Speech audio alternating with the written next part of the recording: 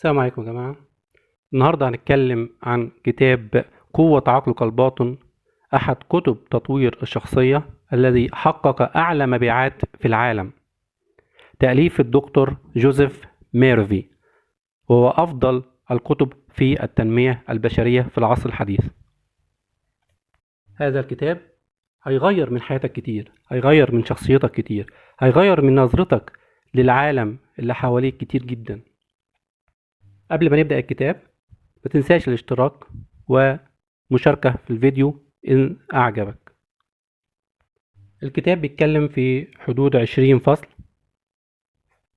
بيتكلم عن الكنز الذي بداخل عقلك الباطن، طريقة عمل عقلك الباطن، قدرة عقلك الباطن على صنع المعجزات، دور العقل في الشفاء من الأمراض والعلاج عن طريق العقل الباطن بيميل إلى الحياة، كيف تستخدم قوة عقلك الباطن في تحقيق الثروات، من حقك انك تكون غني، عقلك الباطن شريك في نجاحك، كيف يستخدم العلماء العقل الباطن، عقلك الباطن وعجائب النوم، عقلك الباطن ومشاكلك الزوجية، عقلك الباطن وسعادتك في الحياة، العقل الباطن والعلاقات الإنسانية المتألفة والانسجام في العلاقات الإنسانية، عقلك الباطن والصفح والتسامح، عقلك الباطن والعوائق العقلية، عقلك الباطن والتخلص من الخوف، عقلك الباطن وكيف تعيش بروح الشباب إلى الأبد.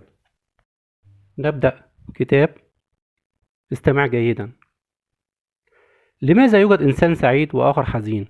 لماذا يوجد إنسان فرحان وغني وآخر بائس وفقير؟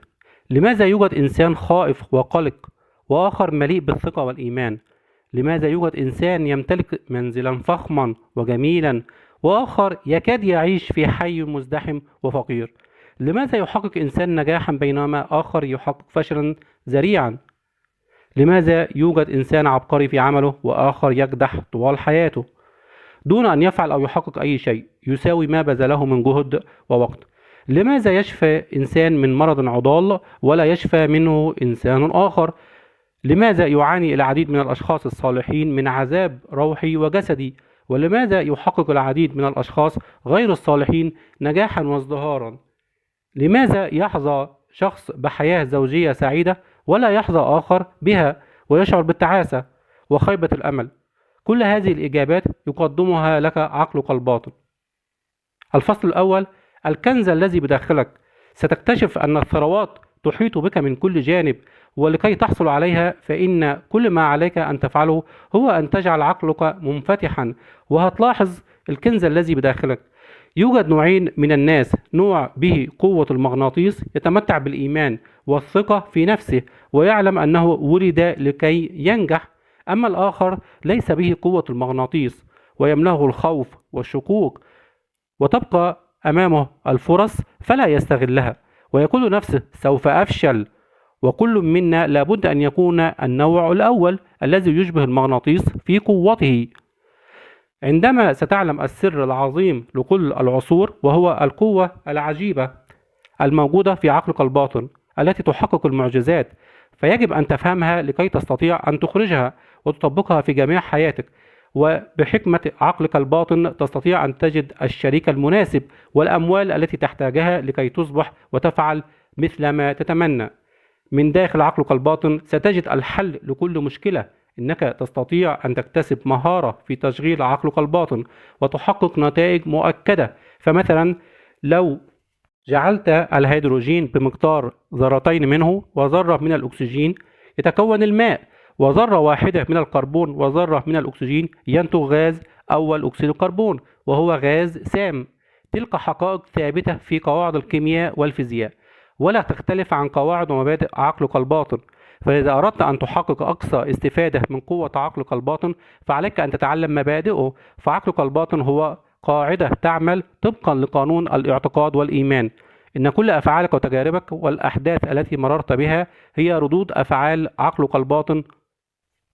كفاك من الإيمان بالمعتقدات الباطلة والآراء الباطلة والخرافات، وابدأ بالإيمان بالحقائق الأبدية وحقائق الحياة التي لا تتغير مطلقا. عليك أن تتضرع بالدعاء لله بطريقة فعالة وسليمة، فطريقة دعائك يستجاب لها وفقا لقانون الكون من فعل ورد الفعل. اشغل عقلك بمفاهيم الصحة والسلام والنية السليمة، وسوف تدهش مما سيحدث في حياتك. عقلك الباطن لديه الحل لجميع مشاكلك، فإذا طرحت على عقلك الباطن قبل أن تنام هذه العبارة: أريد الاستيقاظ في الساعة 6 صباحا، فإنه سوف يوقظك في هذا الوقت تماما. عقلك الباطن كذلك هو المسؤول عن أجهزة جسمك ويستطيع أن يشفيك. فمثلا اذهب إلى النوم كل ليلة وأنت تتمنى نفسك بالتمتع بأوفر صحة، واستسلم للنوم، ويجب أن تكون هي آخر ما يكون في ذهنك. وكون عقلك الباطن هو خادمك الأمين، فسوف يطيعك كذلك إذا رغبت في تأليف كتاب أو مسرحية، أو أردت أن تلقي خطابا حسنا إلى جمهورك. عليك أن تتقبل الفكرة بحب وإحساس إلى عقلك الباطن، وسوف يستجيب طبقا لذلك، حيث إنك مثل ربان يبحر بالسفينة، ويجب عليه أن يعطي التعليمات والأوامر الصحيحة، وإلا غرقت سفينته. وبنفس الطريقة يجب عليك أن تعطي الأوامر الصحيحة، وهي الأفكار، إلى عقلك الباطن الذي يتحكم في كل خبراتك. لا تستخدم مطلقا عبارات مثل لا أستطيع شراء هذا، بل أستطيع شراء هذا. لا تقل لا أستطيع أن أفعل ذلك، فإن عقلك الباطن يأخذ بكلماتك ويفهم منها أنك لا تمتلك الأموال أو القدرة لفعل ما تريد. وبدلا من ذلك ردد عبارات إيجابية مثل أنا أستطيع عمل كل الأشياء وأشتري أي شيء أريده من خلال قوة عقلي الباطن. غير أفكارك ولكي نغير مصيرك. الفصل الثاني: طريقة عمل عقلك. إن عقلك هو أثمن ممتلكاتك، ولكن لن تمتلك قوته المذهلة إلا عندما تتعلم كيفية استخدامه. فكر في الخير ستتدفق الخير إليك، وإذا فكرت في الشر يأتي ذلك الشر، فأنت رهينة ما تفكر فيه طوال اليوم. إن عقلك الباطن لا يجادلك أبدا، وإنما يرضى بما يصدره إليه عقلك الواعي من أوامر. فإذا قلت لا أستطيع شراء هذه السيارة، فسوف يعمل عقلك الباطن على جعل ذلك أمرا واقعا. بدلا من ذلك قل سأشتريها، وإن عقلي قبلها. كذلك عليك أن تختار الصحة والسعادة، وأن تكون ودودا. اختار أن تكون متعاونا ومرحا وودودا ومحبا، وسوف تجد العالم بين يديك، وهذه أفضل وسيلة لبناء شخصية رائعة وجميلة. إن عقلك الواعي هو بمثابة حارس البوابة، ووظيفته حماية عقلك الباطن من الانطباعات المضللة. اختار الاعتقاد بأن شيئا طيبا يمكن أن يحدث ويحدث الآن. إن قوتك العظيمة تكمن في قدرتك على الاختيار، فعليك باختيار السعادة. فالإيحاءات والعبارات التي يطلقها الآخرون ليس فيها القوة في أن تضرك. القوة الوحيدة تتمثل في مرونة تفكيرك، في أنك تستطيع أن ترفض الأفكار أو العبارات التي يطلقها الآخرون تجاهك وتنتقي منها ما هو جيد. إنك تمتلك القدرة على اختيار طريقة رد فعلك. راقب ما تقول، وعليك أن تنتبه لكل كلمة تقولها حتى لو كانت تافهة. لا تقل أبدا إنني سوف أفشل، إنني سوف أفقد وظيفتي، لا أستطيع أن أدفع الإيجار. فإن عقلك الباطن لا يأخذ الأمر بشكل هزلي، بل إنه يشرع فورا في تحقيقه. إن عقلك ليس شريرا، فليس هناك شر في أي قوة طبيعية، حيث إن الأمر يعتمد على كيفية استخدامك لقوى الطبيعة، واستخدام عقلك في جلب النعمة والشفاء للناس جميعا في كل مكان. لا تقل مطلقا لا أستطيع. تغلب على الخوف باستبدال تلك العبارة بالآتي: إنني أمتلك القدرة على فعل كل شيء من خلال قوة عقلي الباطن. ابدأ في التفكير من منظور الحقائق الأبدية ومبادئ الحياة، وليس من منظور الخوف والجهل والاستسلام. لا تدع الآخرين يفكروا لك. اختر أفكارك، اصنع قراراتك بنفسك. أنت ربان سفينة نفسك وصانع مستقبلك. تذكر أن لديك القدرة على الاختيار، فعليك باختيار الحياة والحب والصحة والسعادة. وأيا كان الشيء الذي يعتقده عقلك الباطن سيقبله ويشرع في تحقيقه. فعليك أن تؤمن بالخير والسلوك السليم وجميع نعم الحياة، وتقول أن إيماني الراسخ يحرر سلطان ومجد عقلي الباطن. الفصل الثالث: قدرة عقلك الباطن على صنع المعجزات. يتمتع عقلك الباطن بقدرة هائلة، فهو يلهمك ويرشدك ويبوح بالأسماء والحقائق والمشاهد المخزنة في مستودع ذاكرتك، وهو الذي يتحكم في دورتك الدموية وينظم عملية الهضم، حيث يتحكم عقلك الباطن في كل العمليات الحيوية ووظائف جسدك، ويعرف الحلول لكل مشاكلك مثل توجهك للنوم. أبلغ عقلك الباطن بطلب محدد، وتأكد من قدرته على صنع المعجزات. وأيا كان الشيء الذي تطبعه في عقلك الباطن فإنه يظهر على شاشة الأحداث والتجارب التي تمر بها، ولذلك فإنه يتعين عليك مراقبة كل الأفكار التي تدخل عقلك الواعي بعناية. وتذكر أن الفعل ورد الفعل هو قانون كوني، ففكرتك هي الفعل واستجابة عقلك الباطن لها هي رد الفعل. عليك مراقبة أفكارك دائما. ما ينطبع في عقلك الباطن يعبر عنه في الظاهر. قال ويليام جيمس عالم النفس الأمريكي الشهير إن القوة التي تحرك العالم كامنة في عقلك الباطن، كما بالداخل سيكون ما بالخارج، كما في الظاهر سيكون في الباطن. ويرجع سبب الإحباط إلى عدم تحقق الرغبات، فإذا وضعت العقبات والصعاب وقمت بالتسويف والتأجيل فإن عقلك الباطن سوف يستجيب وفقا لذلك، وبذلك تعطل أي شيء يكون في مصلحتك. إن مبدأ الحياة سوف يتدفق خلالك بإيقاعه وانسجام. إذا أنت بوعي قائلا لنفسك إنني أؤمن بأن قوة عقلي الباطن التي أعطتني هذه الرغبة تقوم بتحقيقها من خلالي، وهذا يقضي على كل النزاعات والصراعات. إنك تتسبب في الإخلال بالإيقاع الطبيعي لقلبك ورئتيك وأعضاء جسدك الأخرى من خلال القلق والتوتر والخوف. عليك أن تغذي عقلك الباطن بأفكار الانسجام والسلام والصحة، وعندئذ ستصبح وظائف جسدك تعمل بشكل طبيعي مرة أخرى. اجعل عقلك الواعي مشغولا دائما في توقع الأفضل، وبالتالي يسجل عقلك الباطن بكل طاعة تفكيرك المعتاد. وتخيل النهاية السعيدة، الحل لكل مشاكلك. اشعر ببهجة الإنجاز، وما تتخيله وتشعره سيقبله عقلك الباطن ويشرح في تحقيقه. الفصل الرابع: دور العقل في الشفاء من الأمراض.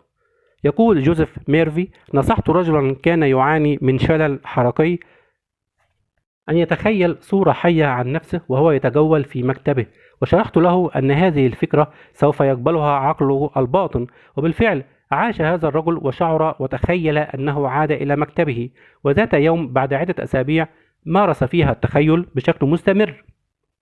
رن الهاتف، ولا أحد بالمكتب ليرد على الهاتف. ظل الهاتف يدق ويرن على مسافة 12 قدما من سريره، ومع ذلك تمكن الرجل من الرد على الهاتف. لقد شفي من حالة الشلل الحركي. إن قوة الشفاء الكامنة في عقلك الباطن استجابت للصورة الذهنية التي تخيلها ومارسها لفترة من الوقت، وتحقق الشفاء.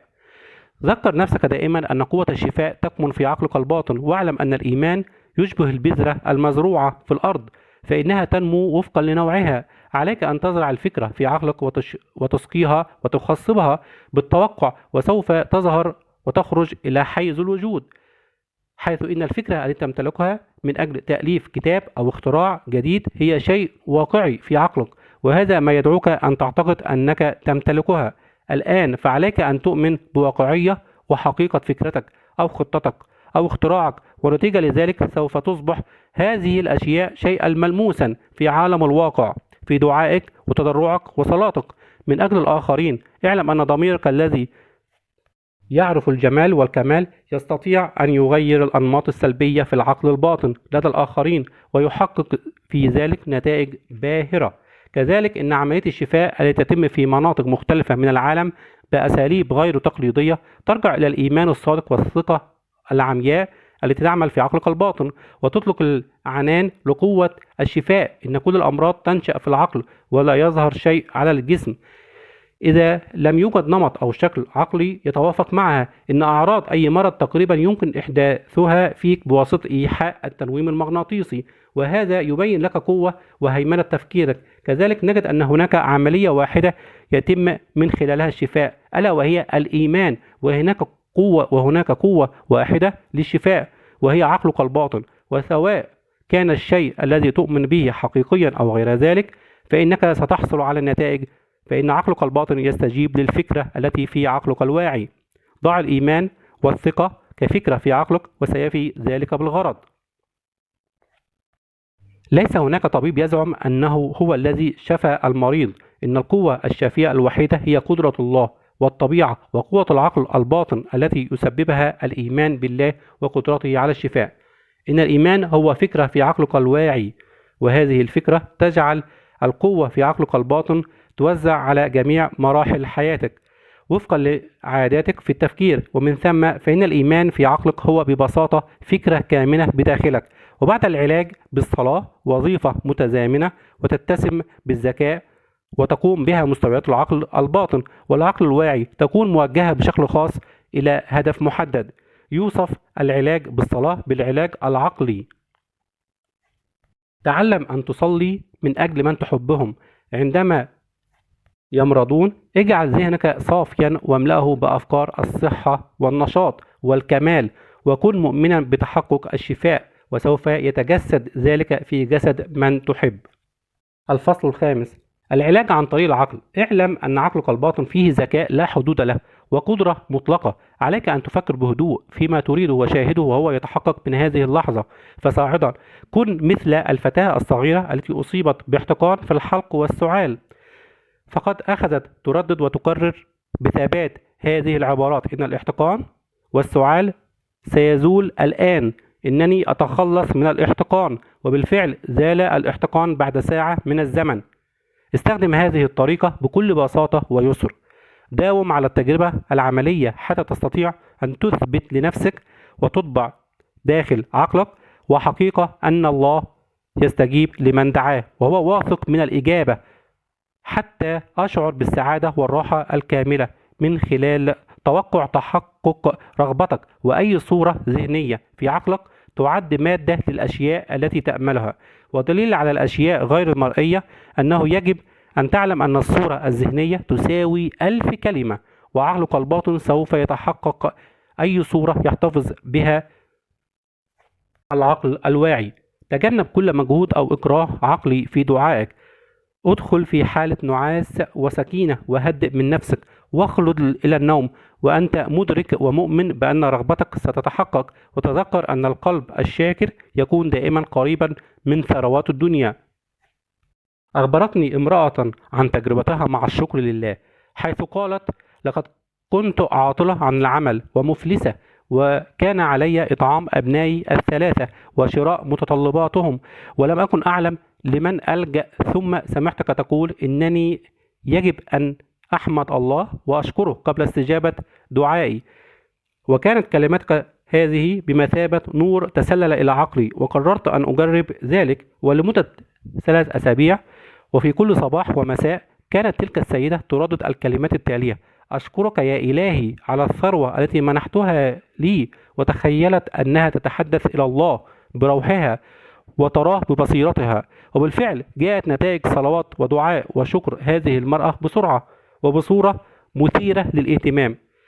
قابلت هذه المرأة رجلا كان مديرها في وظيفة سابقة، وعرض عليها وظيفة بمركز مرموق وراتب عالي، وأقرضها مبلغ من المال كي تسوي بها أمورها حتى تحصل على أول راتب لها. وقد قالت لي هذه السيدة إنها لن تنسى القوة المذهلة لهذه العبارة التي استخدمتها في دعائها، حيث إنها قادرة على فعل المعجزات. فاليقين هو الإقرار بصحة شيء ما، وكلما التزمت بهذا التوجه العقلي وآمنت بصحته بغض النظر عن أي شواهد تناقض ذلك، فسوف يستجاب لدعائك بلا شك. ولد موجات من الانسجام والصحة والسلام من خلال التفكير في قدرة ورحمة وحب الله، وتأكد من أن ما تقرره وتشعر به كشيء حقيقي سوف يتحقق. أصدر أمرا بالحصول على الصحة والسكينة والغنى. الفصل السادس: العقل الباطن يميل دائما إلى الحياة. أكثر من 90% من حياتنا العقلية هي العقل الباطن، فإذا فشلت في استغلال تلك القوة المذهلة فإنك تحكم على نفسك بالحياة داخل حدود وآفاق ضيقة. إن عقلك الباطن يتحدث إليك من خلال الحدث والأفكار والهواجس، ودافع الحب ودافع إنقاذ حياة الآخرين يأتي من أعماق عقلك الباطن. فعلى سبيل المثال، أثناء زلزال سان فرانسيسكو الهائل وحريق يوم 18 إبريل عام 1906 نهض المرضى والعجزة والمعوقون الذين كانوا طريحي الفراش لفترات طويلة وقاموا ببعض الأعمال البطولية التي تدل على الشجاعة وقوة التحمل، فقد خرجت الرغبة من أعماقهم لإنقاذ الآخرين مهما كان الثمن، واستجاب عقلهم الباطن وفقا لذلك. عقلك الباطن يميل دائما نحو الحياة، وبذلك تكون مهمتك مع عقلك الواعي غذى عقلك الباطن بالمقومات المنطقية الحقيقية، حيث إنه يعمل طوال الوقت طبقا لتفكيرك المعتاد، وحيث إنه من العادي أن تكون بصحة جيدة ومن غير العادي أن تكون مريضا، فمبدأ الصحة والانسجام كامن بداخلك. حضر شاب محاضراتي عن الشفاء باستخدام قوى العقل الباطن، وكان يعاني من مرض شديد بالعين ويحتاج إلى عملية جراحية خطيرة، وبعد أن تعلم الأساسيات العلمية للدعاء والصلاة قال هذا الشاب لنفسه إن الله خلق عيني وهو قادر على شفائهما. وكل ليلة يتخيل أن الطبيب أمامه ويقول له لقد حدثت المعجزة، وبعد 3 أسابيع ذهب للطبيب وفحص عينيه وقال بدهشة إنها معجزة، ماذا حدث؟ هذا الرجل حث عقله الباطن مستخدما كوسيلة لإقناعه من خلال التكرار والإيمان والتوقع، واستطاع تخصيب عقله الباطن بأفكار الشفاء. إن الشيء الذي تسلم بصحة بعقلك الباطن وتشعر به كحقيقة يظهر في عقلك وجسدك وعلاقاتك. تيقن من حدوث الخير وتمتع بالحياة وسوف يحدث الخير لك. الفصل السابع: كيف تحصل على النتائج التي ترجوها؟ الإكراه العقلي يؤدي إلى التوتر والخوف اللذين يحولان دون حل المشكلة.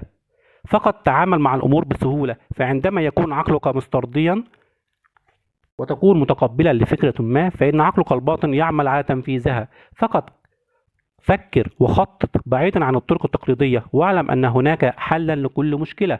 كذلك لا تفرط في الاهتمام بضربات قلبك وتنفس رئتيك أو بوظائف أي أعضاء جسمك. فقط اعتمد كثيرا على عقلك الباطن، واعلم أن العمل الصحيح هو الذي سيحدث، واعلم أن الشعور بالصحة سيمنحك الصحة، والشعور بالثروة سيمنحك الثروة. فقط تخيل ما هو جميل فقط، واعلم أن الخيال هو أقوى ملكاتك، حيث إن حياتك تتشكل وفقا لما تتخيله لنفسك.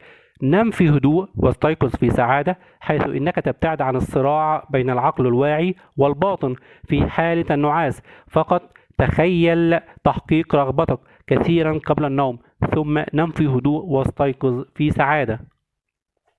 الفصل التاسع: كيف تستخدم قوة عقلك في تحقيق الثروة؟ لا يوجد أشخاص يعملون ساعات قليلة كل أسبوع ومع ذلك يحصلون على أموال طائلة. إنهم لا يكافحون ولا يكدحون. لا تصدق مقولة إن الثروة لا تتحقق إلا بالعرق والجهد. أعرف مسؤولا تنفيذيا في مدينة لوس أنجلوس يصل راتبه إلى عشرات الآلاف من الدولارات سنويا، وقد قام برحلة بحرية لمدة 9 أشهر لمشاهدة الأماكن الجميلة حول العالم، وأخبرني أنه نجح في إقناع عقله الباطن أنه يستحق هذه الأموال الكثيرة، وقال لي إن في المؤسسة التي يعمل بها أناسا يحصلون على عشر راتبه بالرغم من أنهم يعرفون أكثر منه في المجال العمل، لكن ليس لديهم الطموح ولم يكن لديهم الاهتمام بمعجزات العقل الباطن. إن الثروة ببساطة هي اقتناع الفرد الراسخ بقدرة العقل الباطن، ولن تصبح مليونيرا بمجرد قولك أنا مليونير. سوف تحصل على الثروة فعليا من خلال ترسيخ فكرة الثروة والرخاء داخل عقلك، حيث إن الشعور بالثراء يجلب المزيد من الثروة، والشعور بالفقر يجلب المزيد من الفقر. فعقلك الباطن يضخم وينمي أي شيء تودعه في داخله. أستطيع أن أسمعك وأنت تقول إنني فعلت ذلك ولم يحدث شيء. إنك لم تحصل على النتائج المنتظرة، لأن أفكار الخوف غمرتك بعد 10 دقائق، واستطاعت هذه الأفكار أن تحيد الأفكار الجيدة التي كنت قد أكدت عليها. فعندما تضع بذرة في التربة فإنك تدعها لكي تكون الجذر وتنمو. فالمصدر الحقيقي للثروة هو عقلك الباطن الذي لا ينفذ أبدا من الأفكار.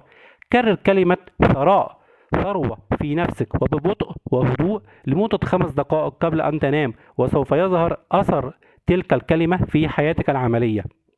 فالشعور بالثراء والرفاهية يجلبهما، حيث يمكنك زيادة مبيعاتك من خلال تكرار عبارة إن مبيعاتي تتحسن كل يوم، إنني أحقق تقدما وازدهارا وأزداد ثراء.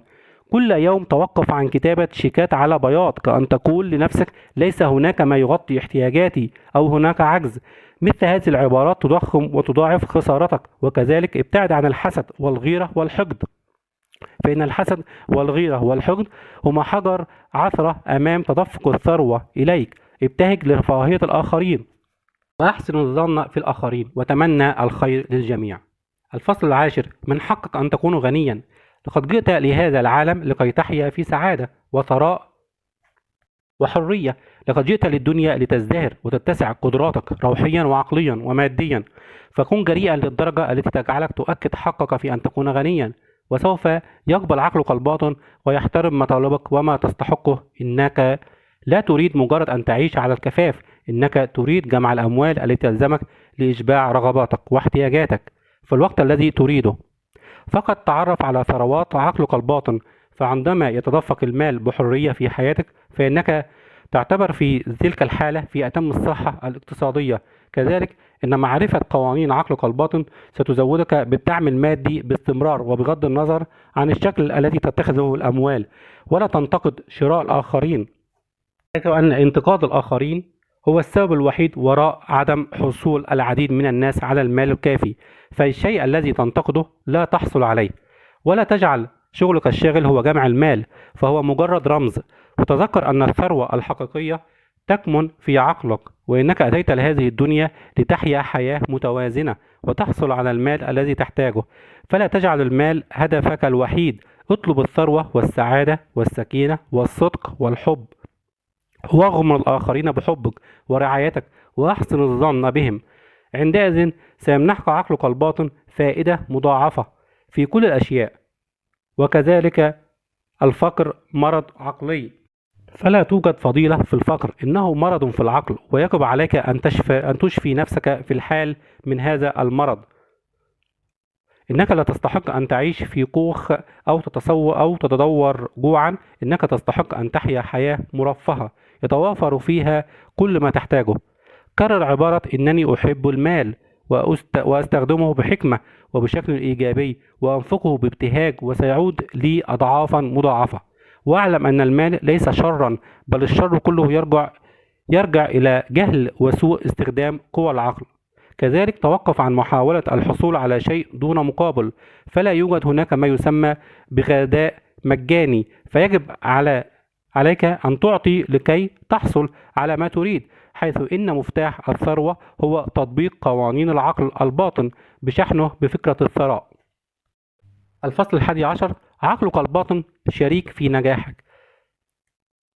خطوات النجاح 3. الخطوة الأولى: إيجاد الشيء الذي تحب أن تفعله ثم تقوم به. لا يمكن للمرء أن يعتبر ناجحا في عمله إذا كان لا يحبه.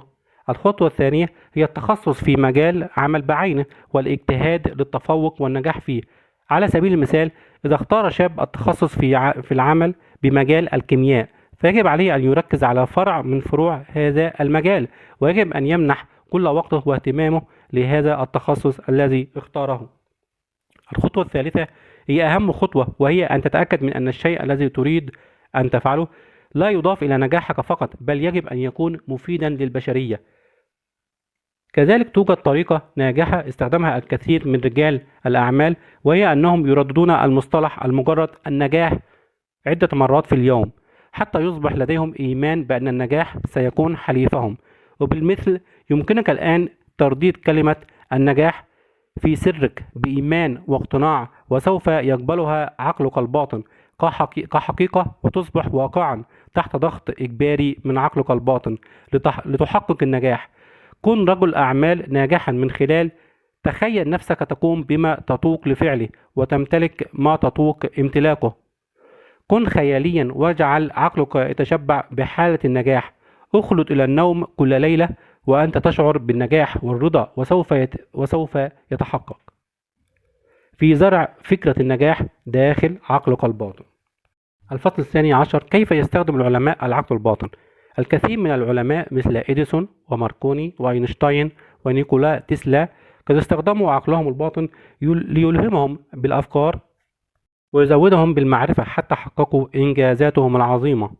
كان نيكولا تسلا من أبرز رواد مجال الكهرباء، وكان واحدا فقط من اختراعاته، وهو عبارة عن دائرة معدنية بها كهرباء استاتيكية، وعندما يلمسها أحد تجعل شعره يقف. وكانت تجاربه تشمل أيضا نقل الطاقة، وكان تسلا يؤمن إيمانا راسخا بقوة العقل الباطن، فكلما كانت تراوده فكرة لاختراع جديد كان كان يبنيها في خياله ثم ينقلها إلى عقله الباطن، حيث إنه كان يفكر بهدوء وتركيز في كل شيء من شأنه أن يزيد من كفاءة اختراعه، وكان باستطاعته توصيل الشكل النهائي الذي حصل عليه من عقله الباطن لاختراعه إلى الفنيين الذين كانوا يعملون معه.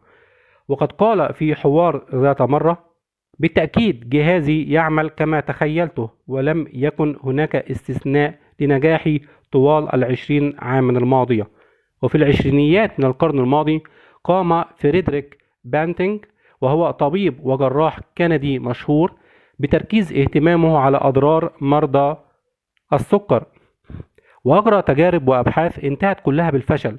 وبينما هو نائم نصحه عقله الباطن باستخلاص مخلفات المجرى البنكرياسي المتحلل للكلاب، وكان هذا أصل الأنسولين الذي ساعد ملايين البشر للتخلص من مرض السكر. فعندما تخلد للنوم يقوم فكرك بإيقاظ القوى الكامنة بداخلك. فعلى سبيل المثال، لنفترض أنك في حيرة من أمرك فيما يتعلق بشيء مثل منزلك أو شراء أسهم في البورصة، أو أنك تفضي شراكتك مع شخص ما، أو تنتقل إلى العيش في مدينة أخرى. اجلس هادئا وتذكر أن هناك قانونا كونيا للفعل ورد الفعل. الفعل هو تفكيرك، ورد الفعل هو الاستجابة من عقلك الباطن. فإن عقلك الباطن تفاعلي، أي يرد الفعل ويعكس الفعل، وهذه هي طبيعته. ورد الفعل هو التوجه من عقلك الباطن، والتوجيه يأتي كشعور ومعرفة داخلية. إنه دافع متزايد القوة يجعلك تعرف ما يجب أن تعرفه. إنه شعور داخلي عميق اتبعه بإيمان وثقة. الفصل الثالث عشر: عقلك الباطن وعجائب النوم. إنك تقضي 8 ساعات في النوم كل يوم، وهو أحد قوانين الحياة الثابتة، وهو قانون إلهي. والكثير من الحلول لمشاكلنا يأتي لنا عندما نكون مستغرقين في النوم. أوضح الدكتور جون بيجيلو، أشهر الباحثين في مجال النوم، أننا أثناء النوم نتلقى انطباعات من خلال أعصاب الإحساس المتصلة بالعين والأذنين والأنف، والأعصاب الموجودة تحت الجلد، وحتى شبكة الأعصاب المتصلة بالمخ تكون في حالة نشاط تام. ونجد أن عقلك الباطن لا ينام أبدا، إنه يقوم بوظيفته دائما. فسامح نفسك وسامح الآخرين قبل أن تتوجه للنوم، وسيحدث الشفاء بسرعة كبيرة. والإرشاد يأتي لك بينما أنت نائم، أحيانا في صورة حلم. موجات الشفاء تتدفق أيضا أثناء نومك، وفي الصباح تشعر بالانتعاش ويتجدد شبابك. والنوم ضروري لسلامة العقل والصحة الجسدية، وعدم النوم يسبب التوتر والاكتئاب والأرق، حيث أكد الباحثون في مجال الطب أن الأرق يسبق الانهيار العصبي، وأكدوا أن حالتك النفسية يعاد شحنها أثناء النوم. والحصول على قسط وافر من النوم ضروري للسعادة والحيوية في الحياة. فكثير من الناس الذين يعانون من الأرق لديهم ذاكرة ضعيفة، ويصبحون متوترين ويفقدون التوجيه السليم. ونجد أن النوم يقدم لك المشورة دائما. منذ عدة سنوات أرسل لي أحد طلابي قصاصة من إحدى الجرائد التي تحكي عن شخص يدعى راي هامر ستروم، وكان يعمل في أحد مصانع الصلب ببطرسبرغ. وكان المصنع قد قام بتركيب ماكينة جديدة تتحكم في نقل ألواح الصلب المطروقة إلى ألواح التبريد. ورغم جهود كل المهندسين في تركيب تلك الماكينة إلا أنها لم تعمل بالشكل الصحيح. فكر هذا العامل كثيرا بشأن هذه المشكلة، ولم يفلح أيضا. وفي ظهر أحد الأيام سقط في إغفاء قصيرة من النوم، حيث شاهد حلما رأى فيه تصميما صحيحا لمفتاح الماكينة المعطوب، وعندما استيقظ رسم صورة تخطيطية لتصميمه الجديد وفقا لما رآه في الحلم، ومنحه صاحب المصنع مكافأة قدرها 15,000 دولار، وهي أعلى مكافأة يحصل عليها عامل مقابل فكرة جديدة. خليك واثق في عقلك الباطن وبأنه يتجه صوب الحياة، فأحيانا قد يرشدك في حلمك أو في رؤية واضحة ليلا، ويمكن أن يتم تحذيرك في الرؤية. كن مؤمنا بأن الله يرشدك من خلال ذكاء عقلك الباطن المطلق لكل ما هو في صالحك، وستحظى بمستقبل زاهر وسوف تحظى بالأفضل. فإذا كنت تؤلف كتابا أو رواية أو مسرحية أو تقترح شيئا، تحدث إذا عقلك الباطن ليلا واطلب حكمته وقوته لإرشادك وتوجيهك، ولكي يوحي إليك بالحل المثالي مهما كان، وستحدث لك العجائب إذا صليت بتلك الطريقة. الفصل 14: عقلك الباطن والمشاكل الزوجية.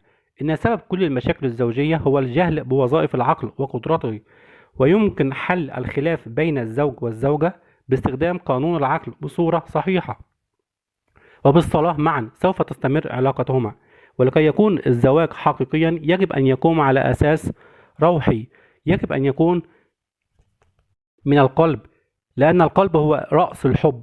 يجب أن يكون كل طرف أمينا ومخلصا تماما للطرف الآخر، فالزواج هو اتحاد رجل وامرأة يربط بينهما الحب ويخفق قلبهما كقلب واحد.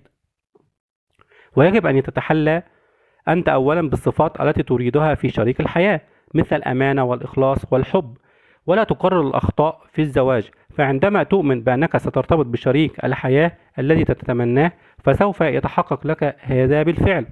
وعندما يؤمن بشيء فأنت تتقبله كحقيقة، فاقبل شريك حياتك المثالي بعقلك الآن، ولا تكن في حيرة من أمرك بشأن كيفية التعرف على شريك الحياة أو لقائه. ثق في قدرة الله وحكمته وفي قوة عقلك الباطن، وتجد أن الطلاق يحدث في العقل عندما يمتلئ بالضغائن والتذمر والنية السيئة تجاه شريك الحياة. التزم بوعود الزواج من رعاية وحب واحترام الطرف الآخر إلى آخر عمركما معا، وتوقف عن زرع مشاعر الخوف لدى الآخر. ازرع مشاعر الحب والسلام والانسجام والنية الحسنة، وبذلك ينمو الزواج ويصبح أكثر جمالا وروعة على مر السنين. امدح صفات شريك حياتك الحسنة، واظهر له حبك وتقديرك بالأفعال، فالحب يعرف بتأثيره على الأفعال. وعندما توجد مشكلات زوجية بينكما، استشر دائما الخبراء. أنت لا تذهب إلى النجار لخلع ضرسك مثلا، فلا يجب مناقشة المشاكل الزوجية مع الأصدقاء أو الأقارب، بل اذهب للخبراء للاستشارة والنصيحة. وحاول ألا تغير من شريك حياتك، فتلك المحاولات ليست ذات فائدة وتميل لجرح الكبرياء وتقدير الذات لدى شريك الحياة، علاوة على أنها تتسبب في زرع روح الاستياء التي قد تدمر الحياة الزوجية. توقف عن محاولة جعل شريك حياتك نسخة منك، وقم بالصلاة مع شريك حياتك لكي تظل معا للأبد، فالصلاة تحل المشاكل. تخيل زوجتك ذهنيا كما تريد، سعيدة مبتهجة وتتمتع بالصحة والجمال، وتخيلي أنت أيضا زوجك كما تريدين، قويا ومحبا وعاطفيا، وحافظا على تلك الصور بينكما لكي تنعما بالزواج التي كتب لكما في السماء والذي يملأه الانسجام والسلام. الفصل 15: عقلك الواعي وسعادتك. قال ويليام جيمس مؤسس علم النفس الأمريكي الشهير إن أعظم اكتشاف في القرن ال19 هو مجال العقل الباطن، ففي كل إنسان يوجد مخزون من القوة لا حدود له. هذا المخزون يستطيع التغلب على أي مشكلة في العالم، وبذلك تعرف السعادة الدائمة والحقيقية طريقها إلى حياتك في اليوم الذي تدرك فيه أن عقلك الباطن يستطيع أن يحل مشاكلك ويعالج جسدك ويحقق لك ازدهارا يفوق أحلامك. إنك تستطيع أن تحول الهزيمة إلى نصر وتحقق رغبات قلبك من خلال القوة العجيبة لعقلك الباطن، وهذا يعني أن تثق في الله، وبذلك ستصبح سعيدا. ويجب أن تختار السعادة دائما، فالسعادة عادة، وهي عادة جميلة جديرة بالتأمل. فعندما تفتح عينيك في الصباح قل لنفسك إنني أختار السعادة اليوم، وأختار الحب والنية الطيبة والسلام اليوم، وسوف تجد السعادة. واشكر الله على كل النعم التي تسعدك عدة مرات في اليوم، وادعو من أجل السلام ومن أجل سعادة كل أفراد أسرتك وكل الناس في كل مكان. يجب أن ترغب بصدق في السعادة، لأنه لا يتم إنجاز شيء بدون رغبة، فالرغبة هي أمل بجناحين من الخيال والإيمان. تخيل تحقيق رغبتك واشعر بأنها حقيقية وسيتم تحقيقها، وتأتي السعادة في الدعاء المستجاب. وعلى العكس فإن الاستغراق في مشاعر الخوف والقلق والغضب والكراهية والفشل يصيبك بالاكتئاب والحزن. تذكر أن حياتك هي ما تصنعه أفكارك. إنك لا تستطيع أن تشتري السعادة بكل أموال العالم، فبعض المليونيرات سعداء جدا وبعضهم غاية في الحزن، وبعض الفقراء سعداء وبعضهم تعساء، وبعض المتزوجين سعداء وبعضهم في غاية التعاسة، وبعض العزاب سعداء وبعضهم في غاية التعاسة.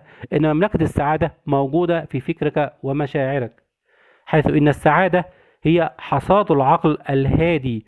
اغمر أفكارك بالسلام والاتزان والأمن، واجعل ذهنك منفتحا للإرشاد الإلهي، وبذلك يكون عقلك بمثابة أداة لتحقيق السعادة.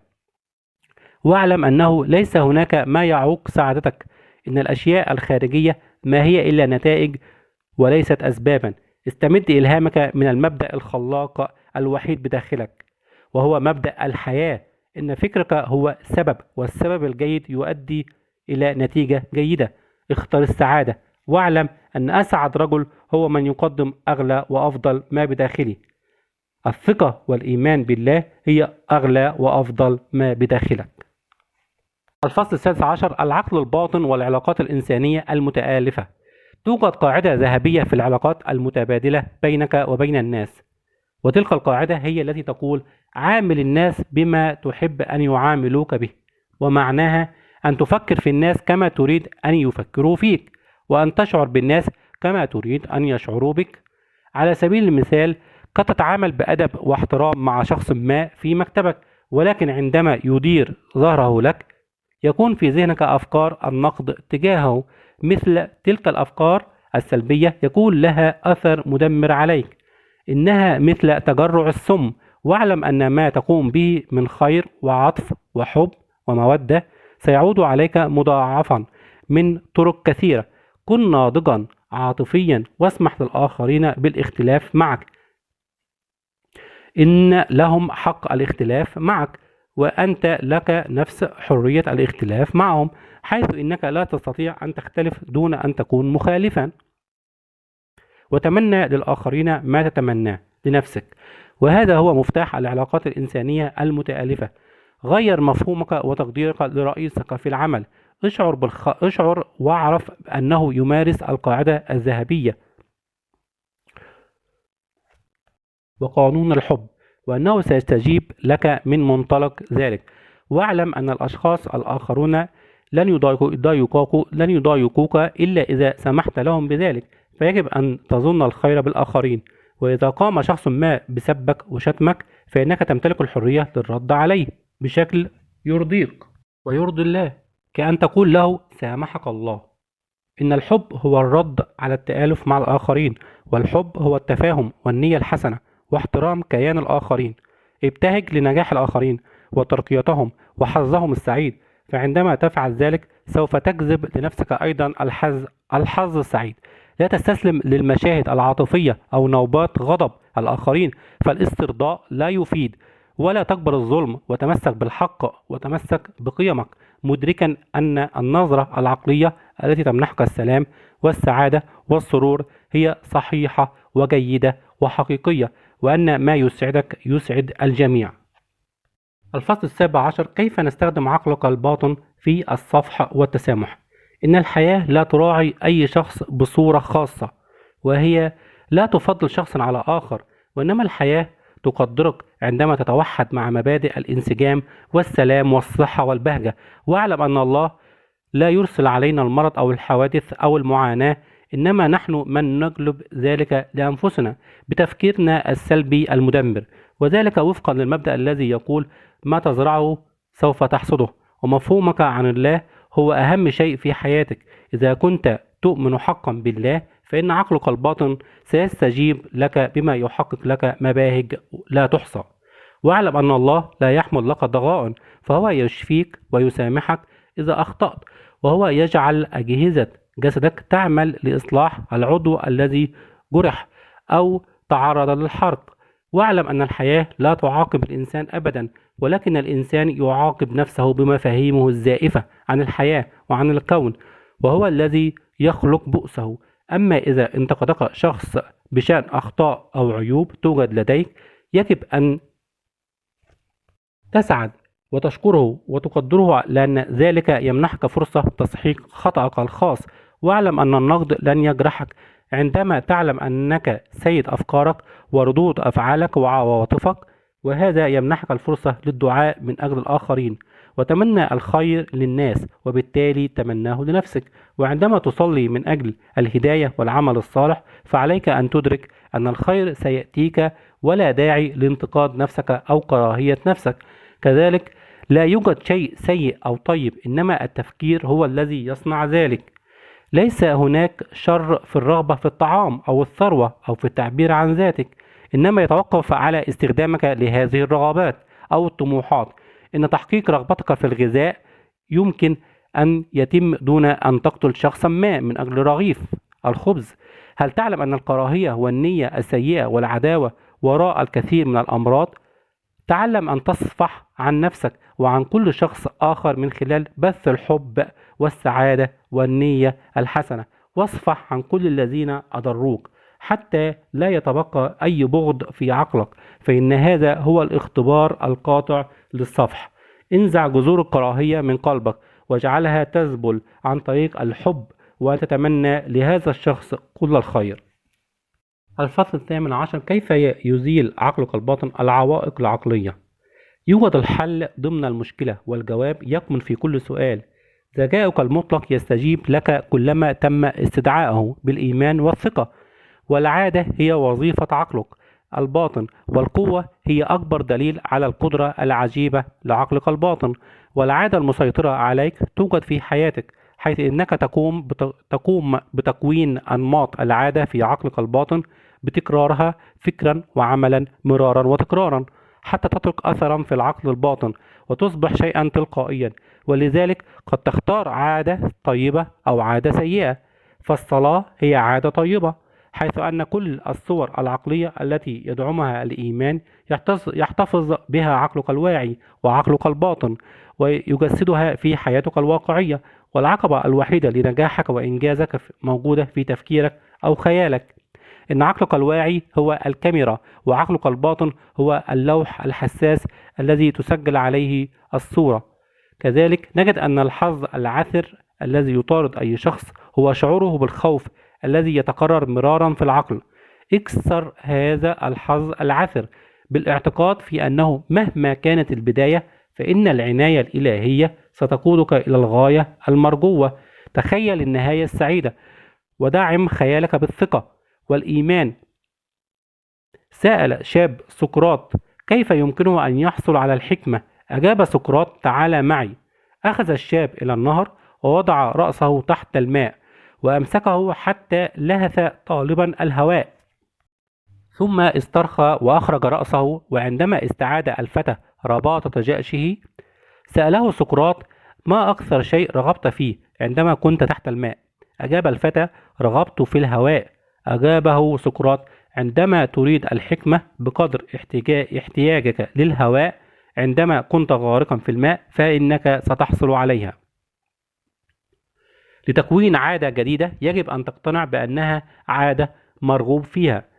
عندما تكون رغبتك في التخلص من العادة السيئة أقوى من الرغبة في الاستمرار فيها، تكون قد برئت منها بالفعل بنسبة 51%. إن إدمان الخمر من قبل الكثير من الناس لأنهم يرفضون الاعتراف بمشكلاتهم، فالإسراف في الشراب هو رغبة غير واعية في الهروب، حيث إن سبب الإسراف في الخمر هو التفكير السلبي المدمر، والعلاج هو التفكير في الخلاص والتحرر والكمال والإتقان والشعور بمتعة الإنجاز. إن خيالك الذي أخذك إلى زجاجة الخمر يمكنه أن يقودك إلى الحرية عندما تتخيل أنك حر. فالسبب الحقيقي لإدمان الخمر هو التفكير السلبي الهدام، فالإنسان يعرف بما يدور في عقله الباطن. الخلاصة: عندما يطرق الخوف باب عقلك، دع الإيمان بالله وبالأشياء الطيبة تفتح الأبواب. الباب 19: كيف تستخدم عقلك الباطن في التخلص من الخوف؟ ذكر لي أحد طلابي أنه مدعو للتحدث في مأدبة يقيمها اتحاد مهنته، وقد أخبرني بأنه يشعر بالرعب لمجرد التفكير بأنه سيتحدث أمام 1000 شخص، وقد تغلب على خوفه بالطريقة التالية: كان يجلس على مقعد كل ليلة 5 دقائق، وكان يقول لنفسه ببطء وهدوء وإيجابية: سأتغلب على هذا الخوف، بل إنني أتغلب عليه الآن، وأتحدث برباطة جأش وثقة. وكرر ذلك لأيام عديدة، وعندما جاء وقت الخطبة التي كان سيلقيها أمام 1000 شخص، كان قد تغلب على خوفه وجاء حديثه ناجحا جدا جدا. إن العقل الباطن خاضع للإيحاء، ويمكن السيطرة عليه بهذه الطريقة. العدو الأكبر للإنسان هو الخوف، فالخوف هو السبب وراء الفشل والمرض وخلل العلاقات الإنسانية. قال الفيلسوف رالف والدو إميرسون: افعل الشيء الذي تخشاه، وبذلك يصبح موت الخوف مؤكدا.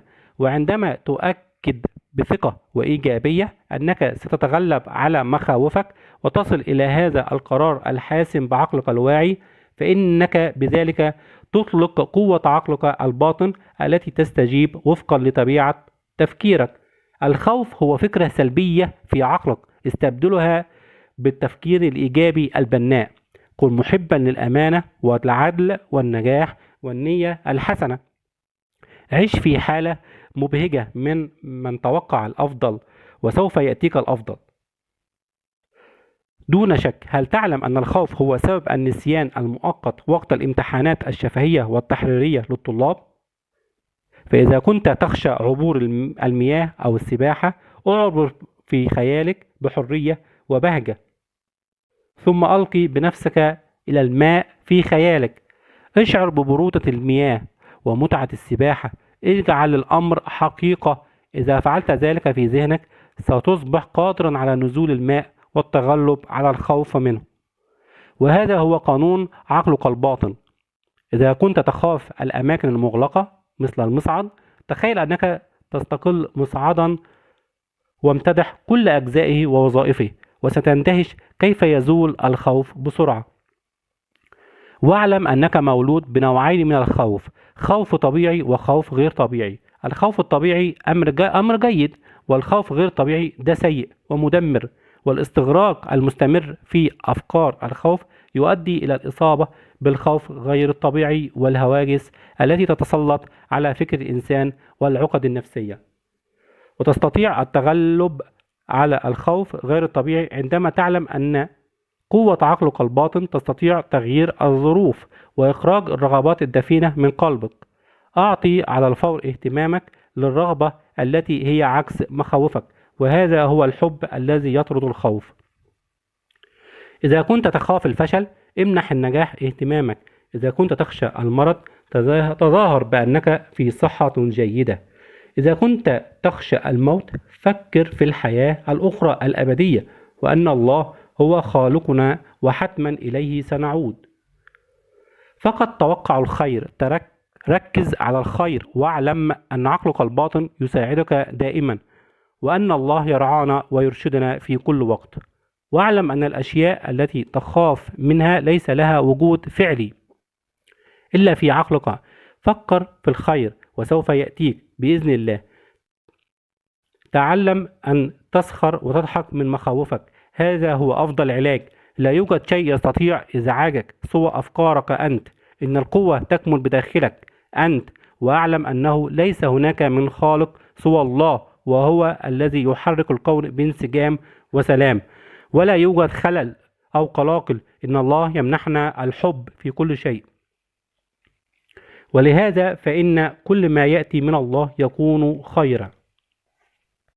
الفصل 20: كيف تعيش بروح الشباب إلى الأبد؟